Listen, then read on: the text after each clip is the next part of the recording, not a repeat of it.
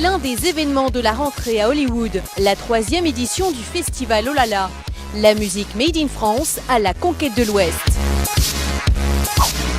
3 soirs de suite, 7 artistes francophones se succèdent au El Rey Theatre, l'une des scènes les plus prestigieuses de Los Angeles.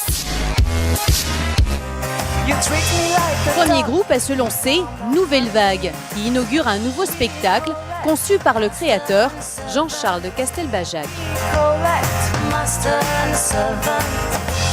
C'est génial de pouvoir avoir des festivals comme ça, puisque les artistes peuvent s'exporter, entre guillemets, peuvent voyager, peuvent avoir l'opportunité de jouer devant des publics qui ne sont pas les leurs, qui ne sont pas des publics français. Le festival Oh là là a été créé en 2009 par 2 amis de longue date. David Martinon, consul général de France à Los Angeles, et Sylvain Taillet, directeur artistique chez Barclay. The story is that Sylvain came to me 4 years ago now with this fantastic idea of bringing French talents, French musical talents to Los Angeles.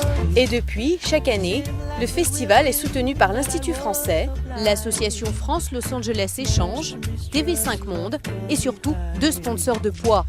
KCRW, une radio mythique de Los Angeles, et Golden Voice, l'un des plus grands organisateurs de tournées aux États-Unis. When we have a partner that we really trust to help bring in, something new that people haven't seen or maybe we haven't even seen yet. Un festival minutieusement préparé depuis des mois par les agents culturels du consulat de France à Los Angeles. Ça demande beaucoup de travail parce qu'en fait on est un peu le relais de Oh là là ici à Los Angeles et on apporte tout ce que peuvent apporter les services culturels français, c'est-à-dire une expertise, une connaissance des partenaires ici sur place. L'État français a investi depuis le début à travers différents partenaires publics, les services culturels de l'ambassade de Washington, l'Institut français, la SACEM, le Bureau Export de la musique.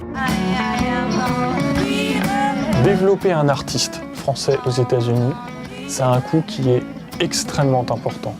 C'est quasiment inaccessible si le talent ou le groupe ne rencontre pas son public immédiatement.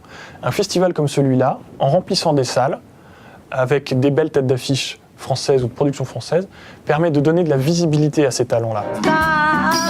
Ce soir-là, le consulat a convié des invités de marque, comme Jason Kramer. Il est music supervisor. Les musiques qu'il écoute se retrouveront peut-être un jour dans un film d'Hollywood. C'est aussi ça le but du festival. C'est d'essayer avec des événements comme ça, de faire découvrir des nouveaux artistes qui justement pourraient se retrouver dans des films de publicité ou des films de long métrage. Et les spectateurs, la plupart américains, semblent eux aussi conquis par cette nouvelle scène francophone.